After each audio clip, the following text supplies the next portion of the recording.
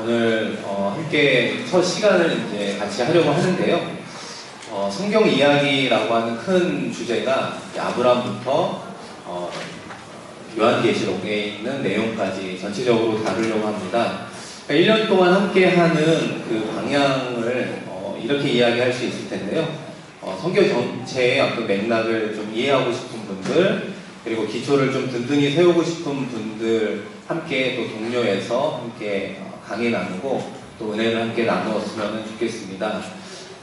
주일에 한 번 강의를 하기 때문에 사실 66권 성경 전체를 다 다루기는 좀 어렵거든요. 그래서 하나의 관점을 가지고 나아가는데 그것이 바로 이제 예수 그리스도의 구속사적인 관점으로 창세기로부터 요한계시록까지 함께 나누었으면 좋겠습니다.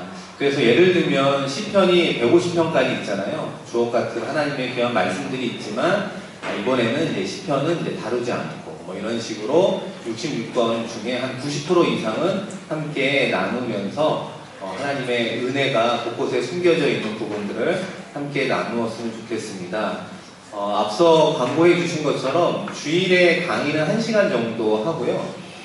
그 다음에 주중 통독이라고 하는 것이 어떤 의미가 있냐면 강의에서 예를 들면 오늘 창세기 1, 2, 3장을 다룰 텐데 거기서 받은 키워드가 있습니다. 그 은혜의 어떤 부분들이 있지 않습니까? 그걸 가지고 주중에 창세기 1장부터 25장까지 쭉 읽어 나가시면서 한 번 더 받은 은혜를 여러분의 것으로 만들어가는 과정입니다. 그래서 주중 통독은 뭐 필수적인 숙제는 아니고요. 선택사항이기 때문에 그것 때문에 부담이 돼서 그 다음 주에 강의 나오시는데 부담감이 없었으면 좋겠고요. 단지 여러분이 좀 더 풍성한 삶을 사는데 도움이 될 때 아마 통독을 할 때 그 은혜를 누리게 될 거라고 생각합니다. 그거 하나를 좀 이해해 주시면 좋겠고요. 하나 더 말씀을 드리면 저희 성공사공반의 특징 중에 하나가 강의가 있고 그 다음에 소그룹이 나눔이 있습니다. 소그룹이 4가지로 나눠져 있는데요. 첫 번째는 여성 소그룹입니다. 기혼하신, 그러니까 결혼하신 분이건 결혼하지 않으신 분들 중에 여성 소그룹의 그룹이 있고요. 그 다음에 남성 기혼자 그룹이 2개의 그룹이 있습니다. 그래서 42살 이하, 42살 이상 이렇게 나누어서 해당되는 연령분들도 함께 토의해 주시면 좋겠고, 마지막 소그룹이 싱글입니다. 결혼하지 않은 분들 중에 함께 나누고 싶은 청년분들 함께 나눌 수 있는 소그룹이 또 준비되어 있으니까요. 강의 끝나시고 돌아가지 마시고 또 함께 맞는 그룹에서 함께 소그룹으로 함께 나누어 주었으면 좋겠습니다. 일단 여기까지 광고하고 오늘부터 창세기 첫 번째 강의를 시작하도록 하겠습니다. 대부분 우리가 숲과 나무라고 하는 표현을 잘 알 겁니다. 그러니까 숲이라고 하는 건 당연히 이제 전체적인 의미를 뜻하는 것이고, 이제 나무라고 하는 건 그 숲에 어떤 나무들로 구성되어 있는가, 좀 더 작은 관점을 가지고 나아가는 이 숲과 나무의 관점을 가지고 함께 성경의 맥락들을 한번 다루어 보도록 하겠습니다. 여러분, 창세기는 크게 4가지 사건과 4가지 인물로 나눌 수 있습니다. 여러분, 4가지 사건이라고 하는 건 무엇이냐면 그 1-1번에 보시면 창조의 사건이 있고, 두 번째는 무슨 사건이 있습니까? 타락의 사건이 있고, 세 번째가 가로가 되어 있잖아요. 누구의 홍수 사건입니까? 그렇죠. 노아의 홍수 사건. 마지막 사건이 무엇이죠? 바벨탑의 사건으로 이 4가지 사건이 창세기 1장부터 11장까지 다루고 있는 중요한 사건입니다. 그러면 12장부터 50장에는 4명의 중요한 인물로 구성이 되어 있습니다. 여러분, 그 첫 번째가 누구일까요? 아브라함. 네, 잘 아시네요. 그럼 아브라함의 아들 누구죠? 이삭. 그리고 이삭의 아들 누구입니까? 야곱. 그 다음에 야곱의 아들 요셉. 이렇게 4명의 중요한 인물로 구성되어진 4가지 사건과 4명의 인물로 구성되어진 것이 바로 창세기다. 이렇게 이야기할 수 있습니다. 여러분, 우리가 나눠드린 전단지 그 커리큘럼을 보시면 우리가 이번 주와 다음 주에 다루고자 하는 내용은 창세기 1장부터 11장까지의 말씀입니다. 그러니까 창세기를 50장으로 보았을 때 퍼센테이지로 얘기하면 22%에 해당되는 1장부터 11장을 오늘과 다음 주에 집중적으로 하는 거고요. 사실 12장부터 50장까지의 이 4명의 인물을 다루지는 않습니다. 여러분, 그 이유 중에 하나가 무엇이냐면 지난 주일도 담임 목사님과 함께 우리 특별 새벽 기도를 했습니다마는 어떤 성경 인물을 가지고 설교를 들었습니까? 요셉이었거든요. 요셉. 그러니까 아브라함, 이삭, 야곱. 요셉은 우리가 말씀을 통해서 혹은 성경 공부를 통해서 쉽게 접할 수 있는 인물이고 너무나 잘 알고 있습니다. 그런데 상대적으로 창세기 1장부터 11장은 생각보다는 적게 설교 말씀을 통해 성경 공부를 통해 다루고 있기 때문에 이 부분을 통해서 하나님의 구속사적인 은혜를 찾는 것이 중요하다라는 생각을 하게 되고요. 두 번째는 또 어떤 의미에 있어서 중요하냐면 여러분, 창세기 1장, 2장 이 말씀은 결국 무엇을 이야기하냐면 하나님의 창조론, 그리고 2장에 대해서 나오는 인간에 대한 인간론, 그 다음에 3장에 나오는 마귀론, 그리고 노아의 홍수 사건과 바벨탑 사건을 통해서 나타나는 하나님의 심판, 구원, 종말. 이 모든 기독교의 중요한 교리가 담겨져 있는 말씀이 창세기 1장부터 11장에 해당이 됩니다. 그래서 이번 주와 다음 주에는 창세기 1장과 11장 이 부분을 생명과 저주라는 키워드로 오늘, 그 다음 주에는 이제 구원과 심판이라는 키워드를 가지고 다음 주일에 한번 나누도록 하겠습니다. 자, 그러면 이제 나무로 본 창세기 1장에서 3장으로 넘어가 보시면 1-1번에 하나님 이해하기가 있습니다. 창세기 1장 1절 말씀이 있는데 같이 한번 읽어보겠습니다. 시작. 태초에 하나님이 천지를 창조하시니라. 여러분, 태초에 하나님이 천지를 창조하시니라. 여러분 믿습니까? 예, 아멘으로 우리가 대답하지 않습니까? 그런데 이 하나님 옆에 어떤 히브리어가 쓰여져 있죠? 엘로힘이라는 뜻입니다. 구약 성경을 앞으로 읽을 때 하나님으로 번역된 한글 성경은 엘로힘이라고 하는 하나님의 단어를 번역했구나, 이것을 알 수 있습니다. 여기서 말하는 엘로힘으로서의 하나님은 초월자 되시는 하나님, 능력의 하나님. 다시 한번 얘기해보면 하나님은 조물주요 우리는 피조물이라 라고 말할 때 우리와 초월에 계시는 능력의 하나님을 뜻할 때 엘로힘 하나님이라고 이야기를 합니다. 창세기 2장에는 어떤 하나님이 나오냐면요, 여러분 2장 7절입니다. 같이 한번 읽겠습니다. 여호와 하나님이 땅의 흙으로 사람을 지으시고. 여호와 하나님 옆에 가로로 히브리어로 어떻게 되어 있습니까? 야훼 엘로힘이라고 되어 있습니다. 특별히 창세기 2장에서 여호와 그리고 하나님을 결합해서 한 번에 연이어 사용한 이 표현은 창세기 2장 3장에만 거의 90% 이상이 나오는 특수한 표현이라고 말할 수 있습니다. 아니, 엘로힘은 우리가 충분히 이해가 되는데 어떻게 야훼 엘로힘이라고 하는 하나님이 창세기 2장과 3장에서 기록이 되어 있느냐? 그 이유는 무엇이냐면 초월자로 계시는 하나님, 능력의 하나님으로만, 천지를 창조하신 하나님으로만 끝나는 것이 아니라 그 하나님이 우리와 인격적인 관계를 맺고 싶어 하시는, 내재하시는 하나님을 표현하고 강조하고 있다라고 말할 수 있습니다. 다시 말하면 태초에 하나님이 천지를 창조하셨다, 이것으로 끝난다면 그 하나님과 나하고는 관련이 없잖아요. 관련을 맺고 싶어하는 하나님이다 라는 뜻이 여호와 하나님, 야훼 엘로힘이라고 하는 그 표현으로 하나님께서 우리에게 다가오시고 손 내밀어 주시고 붙잡아 주시고 구원의 손길을 내밀어 주시는 그 하나님의 모습을 우리가 잘 알 수 있습니다. 창세기 1장과 2장에 드러난 하나님의 하나님 대신 하나님의 신성에 대한 다른 이해가 우리에게 필요하다라고 생각합니다. 여러분, 질문 1번 아마 찾을 수 있는데요. 질문의 1번을 한번 같이 읽어보겠습니다. 하나님의 창조된 존재인가 혹 진화된 존재인가?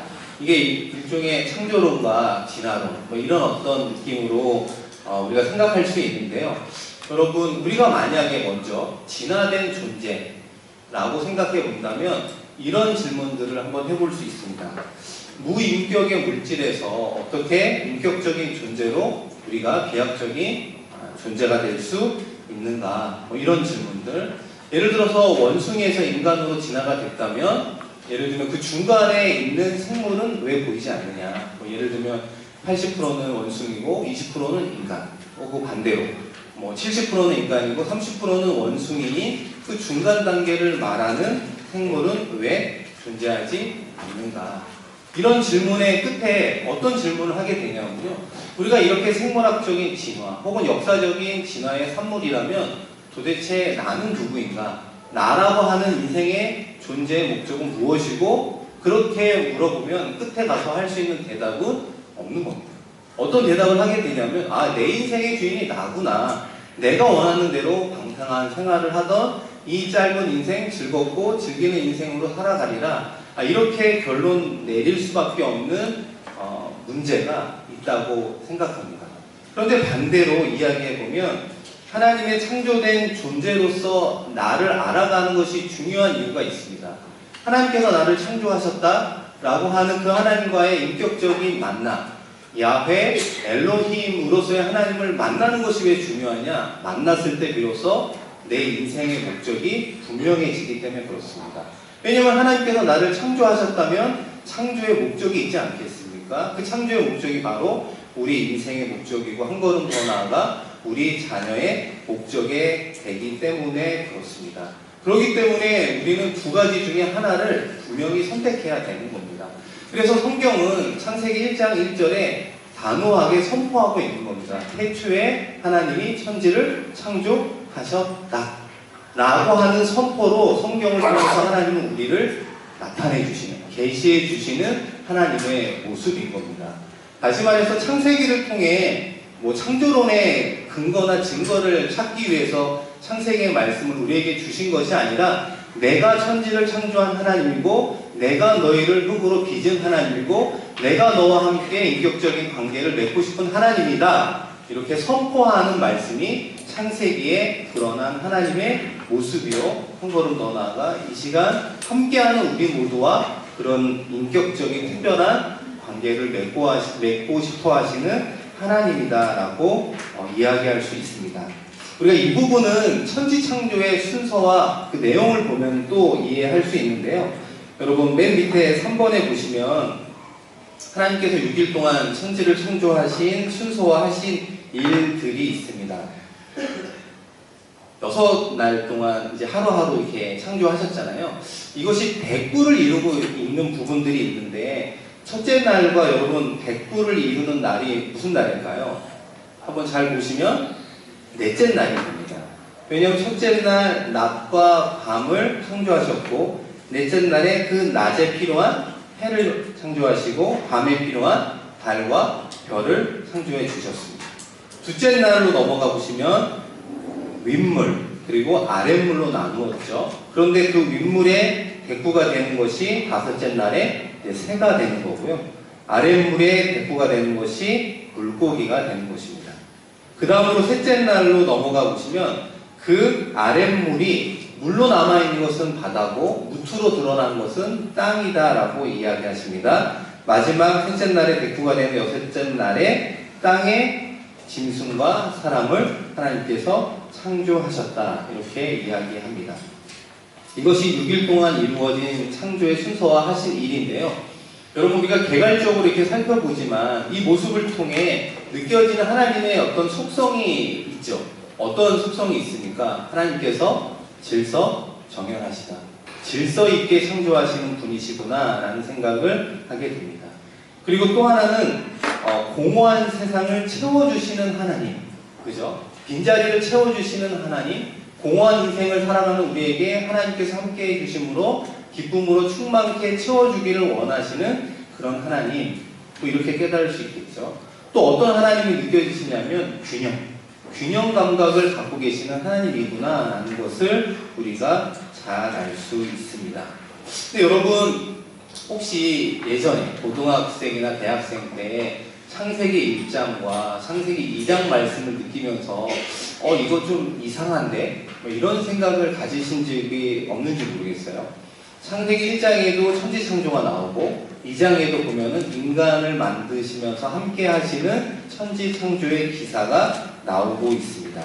여러분 혹시 성경책을 가지고 오셨으면 창세기 1장 12절 말씀. 창세기 1장 12절에 앞부분 말씀을 보시면 어떻게 되어 있습니까? 땅이 풀과 각기 종류대로 씨 맺는 채소를 만들었다, 나왔다라고 이야기하고 있습니다. 그런데 2장으로 넘어가 보시면 여러분 2장 말씀에 보시면 제가 그 몇 절인지 정확히 모르겠는데요. 그 중간에 제가 말씀을 읽어드리겠습니다. 땅을 갈 사람도 없었으므로 들에는 초목이 아직 없었고 밭에는 채소가 나지 아니하였다라고 이야기합니다. 그러니까 창세기 1장에서 창조의 순서를 보면은 씨 맺는 채소를 먼저 만들었고 마지막 날 사람을 창조하셨잖아요. 순서가 마지막이 사람이었습니다. 그런데 2장에 넘어와서는 땅을 갈 사람이 없었으므로 들에는 초목이 나지 않았고 밭에는 채소가 나지 않았다. 순서가 뒤바뀌어 있는 것처럼 보이잖아요. 그러니까 2장에서는 사람이 나오고 그 다음에 뭐 초목이나 채소가 나지 않았다. 이렇게 이야기를 하는 겁니다. 여러분 혹시 예전에 1장과 2장을 읽으시면서 약간 혼란스러웠던 적은 없으셨어요? 예전에는 없고 지금 읽으니까 혼란스러우시죠? 이런 게 있었나? 예전에는 그냥 뭐 읽고 은혜로 받고 넘어갔는데 제가 설명을 해드리니까 오히려 이게 혼란스러울 수 있잖아요. 근데 1장에서 나오는 그 씨 맺는 채소 이런 것들은 자생적으로 자라날 수 있는 채소를 의미하는 겁니다. 그런데 2장에 나오는 채소는 어떤 채소냐면 밭에 채소가 나지 않았다. 인간이 경작해서 얻을 수 있는 채소를 의미하는 겁니다. 이 히브리 단어도 틀리고요. 그 다음에 채소의 종류도 다르다. 이렇게 이야기를 하는 겁니다.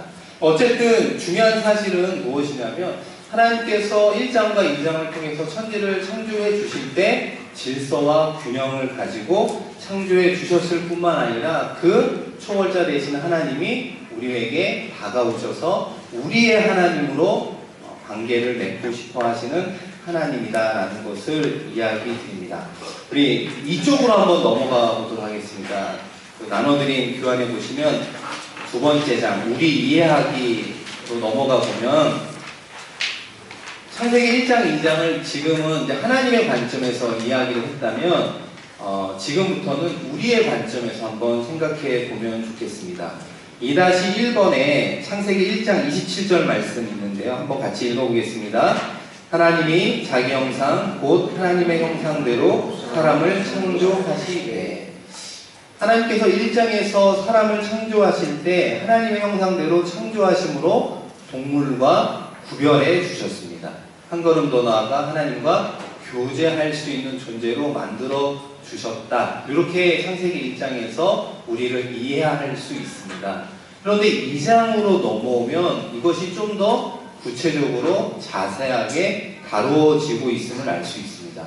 하나님의 형상으로 인간을 창조하셨는데 그 창조한 인간과 하나님은 아까 말씀드린 대로 야훼 엘로힘의 하나님, 어떻게 더 깊은 특별한 관계를 맺고 싶어 하는가라고 하는 그 부분을 우리에게 이야기해 주고 있습니다.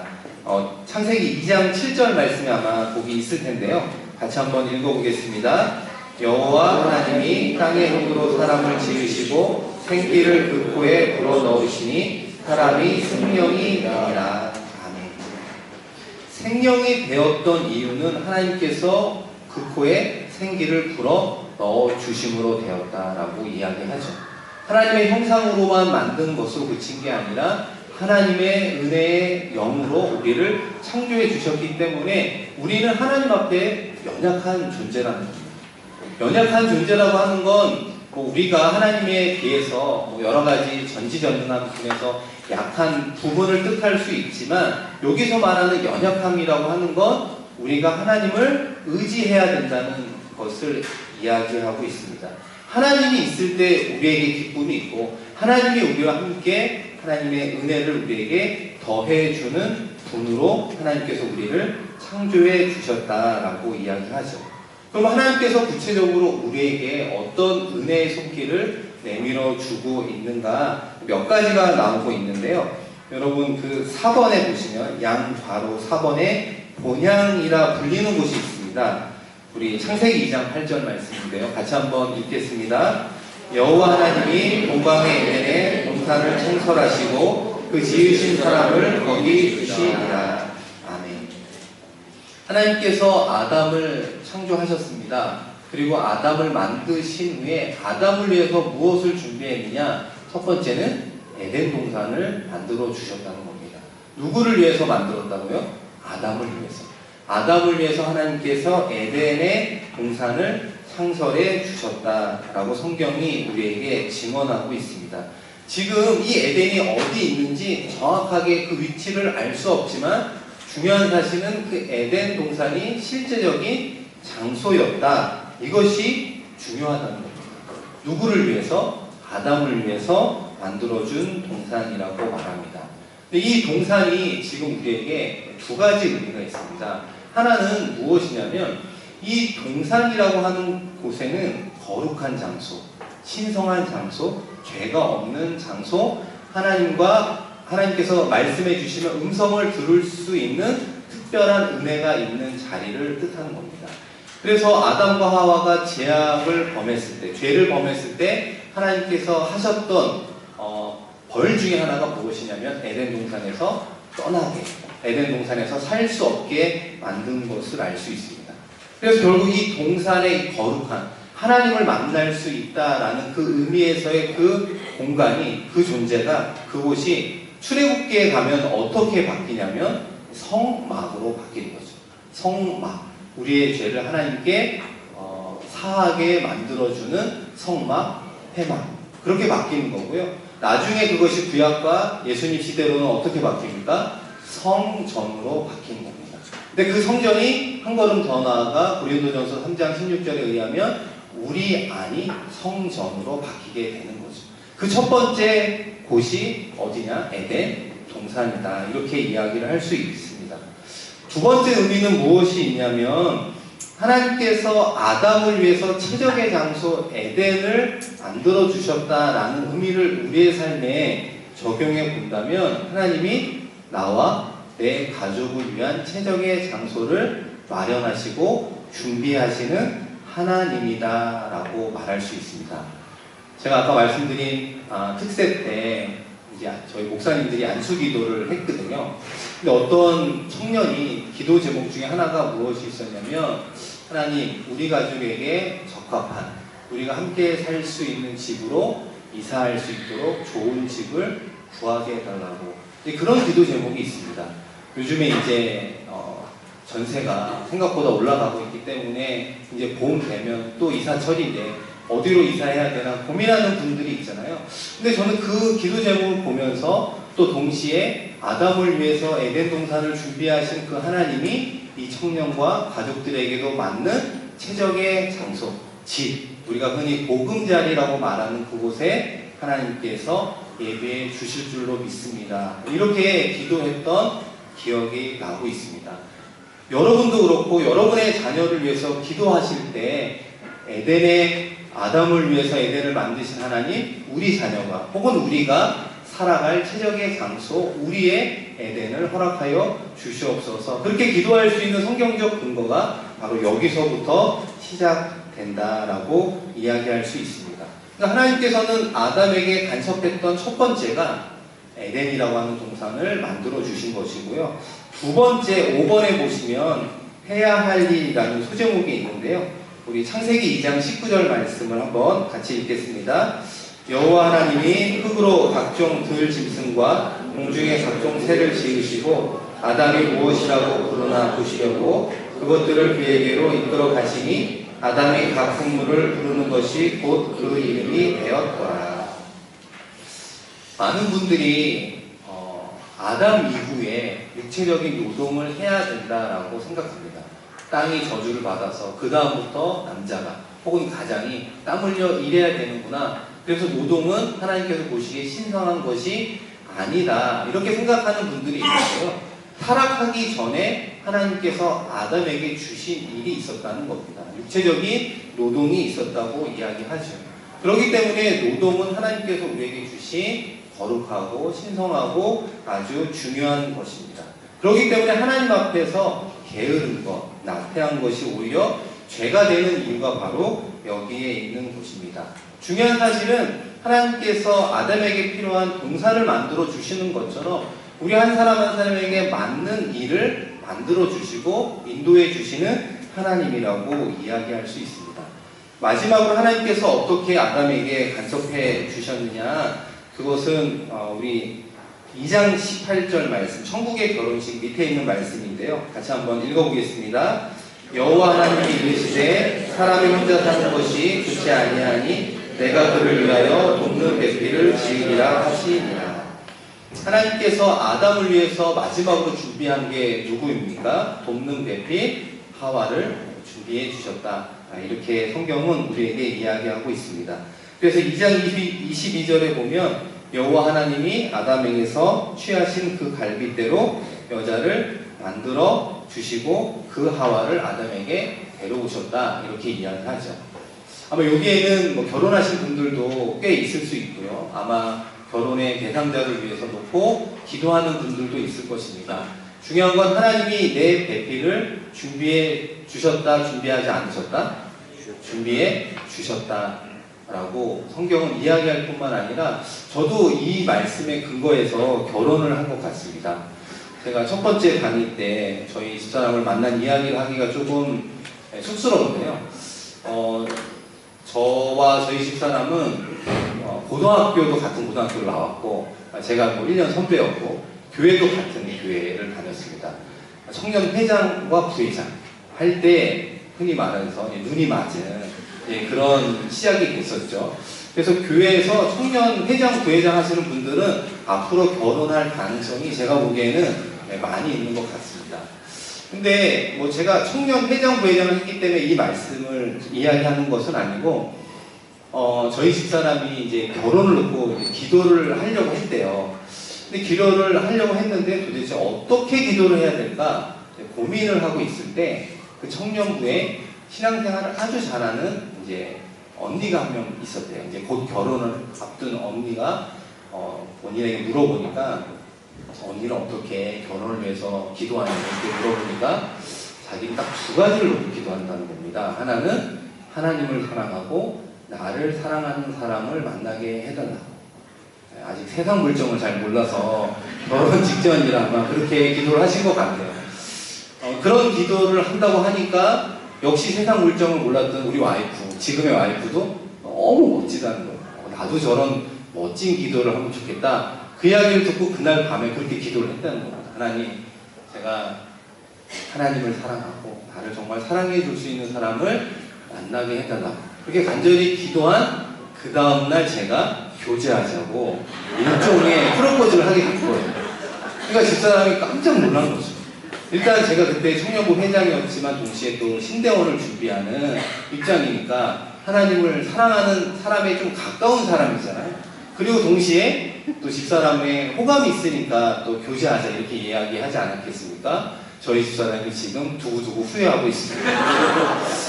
여기다가 플러스 하나를 더 기도 제목으로 내놓을 걸. 예를 들면 물질도 많은 사람. 이렇게 했으면 좋았을 텐데 농담으로 하는 이야기입니다만은 중요한 사실은 하나님께서 우리를 창조하셨다. 우리 인생 가운데 인생의 목적을 주셨다. 아담을 위해서 에덴 동산을 만들어 주신 하나님. 또 에덴 동산에 살 뿐만 아니라 일할 수 있는 잡을 주시는 하나님. 그리고 평생 반려자로 살 수 있는 사람까지 하나님께서 간섭해서 좋은 의미의 간섭의 어떻게 보면 은혜를 통해서 하나부터 열까지 우리는 맞추기 어려운 퍼즐들을 하나님께서는 맞추어 주고 싶어 하시는 그분이 바로 창세기 2장에 나타난 하나님이고 그런 하나님과 함께 동행하는 인생이 복된 인생이다. 이것을 창세기 2장은 우리에게 이야기해 주고 있습니다. 여러분 창세기 1장과 2장을 마무리하면서 3쪽 맨 위에 보시면 하나님께서 천지를 창조하시면서 7번에 걸쳐서 무엇이라고 이야기했냐면요. 보시기에 좋았더라.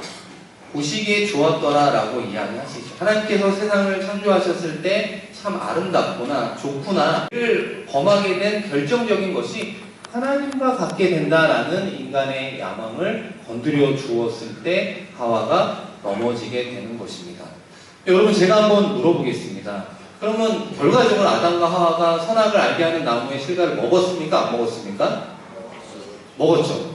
보셨어요? 보진 않았지만 먹은 걸 우리가 성경 말씀을 통해 잘 알 수 있잖아요. 그럼 여러분, 아담과 하와가 하나님의 명령의 말씀처럼 죽었습니까? 안 죽었습니까? 이 질문은 조금 어렵죠.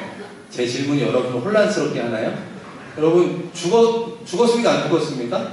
죽었습니다. 예? 안 죽었고 나중에 죽었다. 예, 이게 좀 더 현명한 대답이죠. 나중에 죽었다. 이게 거의 정답에 가깝습니다. 분명히 먹으면 죽는다고 그랬는데 하와가 먹고 남편의 아담에게 주었는데 죽지 않고 에덴 동산에서 쫓겨나거든요. 그럼 안 죽은 거잖아. 이렇게 생각하면 하나님 말씀은 분명히 죽는다고 하지만 역시 하나님은 사랑의 하나님이구나. 이렇게 생각할지 모르겠는데요. 성경에서 말하는 죽음은 크게 두 가지가 있습니다. 하나는 무엇이냐면 영혼의 죽음입니다. 이 선악을 알게 하는 나무의 실과를 먹는 순간 영혼의 죽음은 무엇이냐면 하나님과 교제가 단절이 됐다는 것을 의미하는 겁니다. 그게 영혼의 죽음을 의미하는 것이고, 결과적으로 에덴 동산에서 쫓겨남과 동시에 하나님과의 교제가 단절되었다. 성경은 우리에게 이야기하는 것입니다. 두 번째 죽음은 무엇이냐면 육체적인 죽음을 의미하는 겁니다. 여러분, 육체적인 죽음이라고 하는 건 영혼과 우리의 육신이 분리되는 것을 의미하는 겁니다. 나중에 이야기하죠. 아담 보고 너는 흙으로 왔으니 흙으로 돌아가리라. 그래서 나중에 실제로 죽는 겁니다. 그 실과를 먹지 않았으면 영생하는 거죠. 죽지 않습니다. 근데 먹음으로 말미암아 하나님과의 관계가 단절되고 영혼의 죽음, 그리고 한 걸음 더 나아가 나중에 175년을 살고 실제로 육체적인 죽음이 온 그 결과를 경험하게 된 것입니다. 여러분, 그렇기 때문에 중요한 사실은 사단이, 마귀가 지금도 이런 단계를 가지고 예수 그리스도를 유혹하고 한 걸음 더 나아가 우리도 동일하게 유혹하고 있다. 이것을 우리가 기억해야 됩니다. 여러분, 이제 옆에 보시면 예수 그리스도도 요 세 단계로 유혹되고 있는 부분들이 나오고 있는데요. 중요한 사실은 우리가 어디에 속한 존재냐? 첫사람 아담과 예수 그리스도를 둘째 아담이라고 이야기하거든요. 이 둘째 아담 예수 그리스도 그 사이에 존재하는 사람들입니다. 아니, 사단이 예수님조차도 유혹해서 걸려 넘어지게 하려고 했다면 우리도 유혹할까요? 안 할까요? 우리도 유혹한다는 거예요. 하나님이 보이지 않지만, 사단과 마귀도 보이지 않지만 동일하게 우리에게 넘어지게 하는 유혹으로 늘 다가오게 하려고 한다. 이렇게 이야기합니다. 여러분, 예수 그리스도의 말씀 보시면 첫 번째 어떻게 혼란을 하느냐? 마태복음 4장 3절 같이 한번 읽겠습니다. 내가 만일 하나님의 아들이거든 명하여 이 돌들로 떡덩어리가 되게 하라. 40일 동안 금식했습니다. 신이 굶주려 계실 때 돌들로 명하여 떡덩어리가 되게 해서 너의 배고픔을 채워라. 이렇게 이야기를 하는 것입니다. 근데 여러분, 왜 예수님이 40일 동안 금식기도 하셨습니까? 왜 금식기도 했을까요? 공생애를 앞두고 하나님께서 보내주신 그리스도의 사역을 감당하기 위해서 주신 시간이 40일의 광야의 금식의 시간이었는데 사단이 혼란스럽게 만드는 거죠. 배가 몹시 고프니까 이 돌덩어리에 명해서 빵을 만들어서 먹어라. 이렇게 이야기를 하는 겁니다. 그랬을 때 예수님께서 어떻게 이 문제를, 이 유혹을 이겨나가십니까? 사람이 떡으로만 살 것이 아니요 여호와 하나님의 입에서 나오는 무엇으로 산다? 말씀으로 산다. 그렇게 이겨나가십니다. 두 번째는 사단이 어림짐작하게 합니다. 마태복음 4장 6절 함께 읽겠습니다. 네가 만일 하나님의 아들이거든 뛰어내리라. 성전 꼭대기에 올라가게 했습니다. 그리고 뛰어내려라. 그러면 천사가 너를 받들어서 다치지 않게 할 것이다. 이렇게 이야기하는 거죠.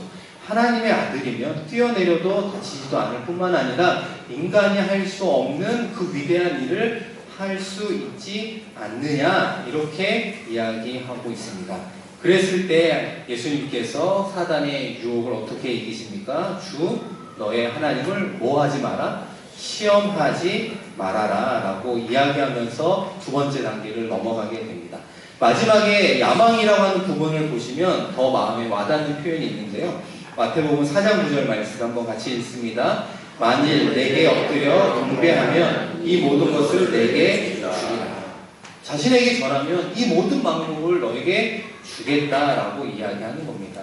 사단이 유혹한 마지막 최후의 목적은 무엇이냐면 하나님의 권위를 뒤엎어 버리기 위함입니다.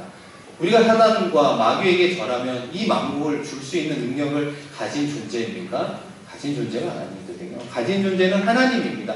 하나님 앞에 우리가 순종하며 나아갈 때 주시는 것이지 마귀에게 절한다고 주는 것이 아니거든요. 그러니까 사단은 결국 우리를 통해 무엇을 하기 원하냐면 하나님의 권위를 뒤엎어 버리는 그 유혹을 우리에게 하는 것을 알 수가 있습니다.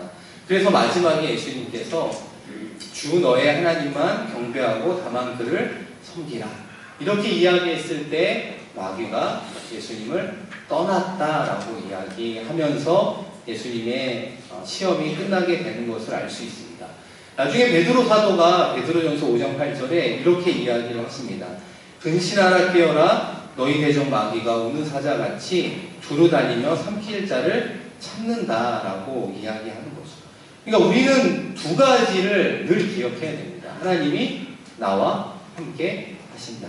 더불어서 사단이 늘 우리를 넘어뜨리려고 한다.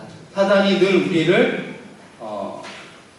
우는 사자와 같이 두루다니며 삼킬 자를 찾고 있는 영적인 존재가 있다. 이 두 가지를 기억해야 이 음성이, 이 내적인 음성이 하나님으로부터 온 것인지 아니면 마귀로부터 온 것인지를 분별할 수 있을 뿐만 아니라 이것이 마귀로부터 온 유혹이고 어림짐작하게 하고 준 야망이라면 우리가 무엇으로 대적해서 이길 수 있는 겁니까? 하나님의 말씀으로 승리할 수 있음을 예수 그리스도가 우리를 위해서 본을 보여주셨음을 알 수 있습니다.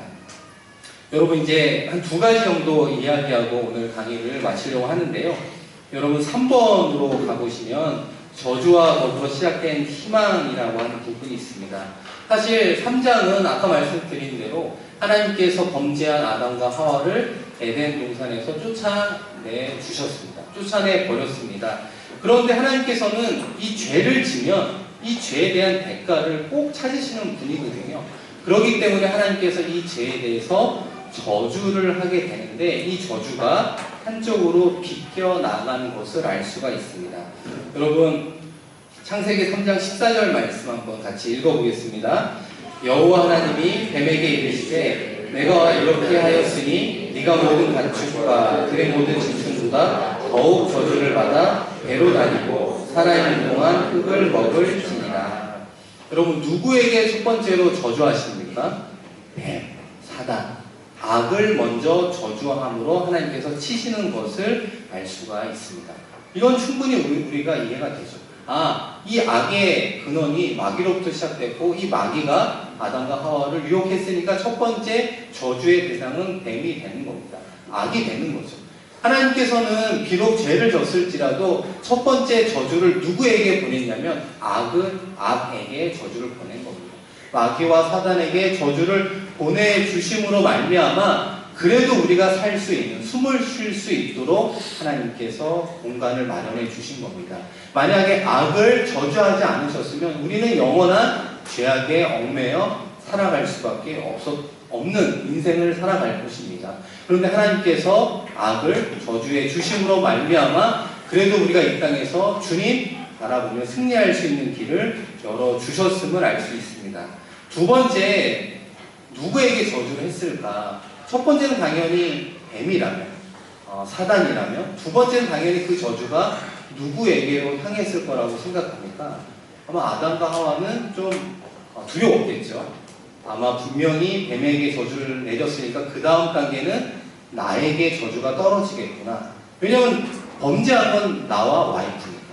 우리에게 그 저주가 떨어지겠구나. 우리에게 그 공포의 음성이 들리겠구나. 이런 가운데 주의 음성이 들리면서 3장 17절에 두 번째 저주가 내려오게 되는데요. 같이 한번 읽어보겠습니다. 땅은 너로 말미암아 저주를 받고 너는 내 평생에 수고하여야 그 소산을 먹으리라. 두 번째 저주는 아담과 하와가 아니었습니다. 정작 죄를 범한 아담과 하와를 저주하신 것이 아니라 하나님께서는 그 저주를 비껴가게 하셨는데 첫 번째는 그죠? 사단과 마귀로. 두 번째는 누구에게 대신 저주를 내립니까? 땅에게 저주를 내려서 너는 평생에 수고하여야 그 소산을 먹게 된다라고 이야기하는 거죠. 그래서 우리가 살아가는 삶의 자리가 힘든 것 같습니다. 물론 악도 있고 죄악이 있는 세상이기 때문에 우리를 유혹하는 마귀와 대적해서 싸우는 영적인 전쟁, 영적인 싸움도 힘든 것도 맞지만 동시에 이 땅에서 가장으로 살아간다는 그 자체가 어려운 이유 중에 하나가 땅이 저주를 받았기 때문에 서로 힘들게 경쟁적으로 살아갈 수밖에 없는 인생 가운데 놓였기 때문에 우리의 삶이 힘든 것 같습니다. 그래서 여러분, 야곱이 바로왕을 만나서 자신을 고백하잖아요. 내가 험악한 세월을 살았습니다. 야곱처럼 하나님과 동행한 사람도 드문데 그 사람이 인생을 뒤돌아보면서 나의 인생이 참 험악했구나. 험악한 세월, 험악한 인생을 살았구나라고 이야기하는 겁니다. 근데 하나님께서 마지막으로 저주를 누구에게 내리셨느냐? 바로 예수 그리스도에게 저주를 내려주셨습니다. 갈라디아서 3장 13절 말씀인데요. 제가 한번 읽어보도록 하겠습니다. 그리스도께서 우리를 위하여 저주를 받은 바 되사 율법의 저주에서 우리를 속량하셨으니 기록된 바 나무에 발린 자마다 저주 아래 있는 자라 하였음이라. 하나님께서는 범죄한 이 죄, 이 악을 저주하실 뿐만 아니라 아담과 하와를 피하여 땅을 저주하게 하시고 그리고 마지막으로 그 저주를 누구에게 흘려 보내셨습니까? 예수 그리스도. 그리스도에게 그 저주를 흘려 보내주심으로 말미암아 우리가 져야 되는 그 죄의 대가를 예수 그리스도를 통해서 대신 죄를 사할 수 있는 길을 예수 그리스도를 통해서 우리에게 허락해 주셨습니다. 그렇기 때문에 성경은 저주와 함께 희망의 메시지를 우리에게 동시에 주는 겁니다. 심판의 말씀과 동시에 구원의 말씀이 창세기에는 곳곳에 있음을 알 수 있습니다. 여러분, 마지막 창세기 3장 14절 15절의 마지막 말씀을 제가 한번 읽어보면 내가 너로 여자와 원수가 되게 하고 내 후손도 여자의 후손과 원수가 되게 하리니 여자의 후손, 예수님이죠. 내 머리, 마귀 악을 뜻하는 겁니다. 사단을 머리를 상하게 할 것이요 너는 그의 발꿈치를 상하게 할 것이니라 라고 이야기합니다. 그러니까 하나님은 죄악된 인생을 살아가는 그 아담과 하와에게 관련하여 저주를 함과 동시에 구원받을 수 있는 희망의 메시지, 예수 그리스도가 나중에 그 사단과 마귀의 머리를 침으로 말미암아 구원받을 수 있는 길을 열어주실 것이다 라고 구원의 메시지를 허락해 주심으로 3장이 끝을 맺게 되는 겁니다. 여러분, 그렇습니다. 창세기 1장 이전은 하나님과 우리와의 관계를 통해 생명을 주시고자 원하고요. 더불어서 우리가 그 생명으로부터 멀어진 인생을 살아간다면 아담과 하와처럼 에덴 동산에 쫓겨나 죄악의 얽매인 삶을 고통 가운데 살아가는 것이 1, 2장과 3, 4장이 대비되어 나오고 있습니다. 여러분, 이번 한 주 1장부터 25장 읽어 내려가시면서 하나님이 나와 함께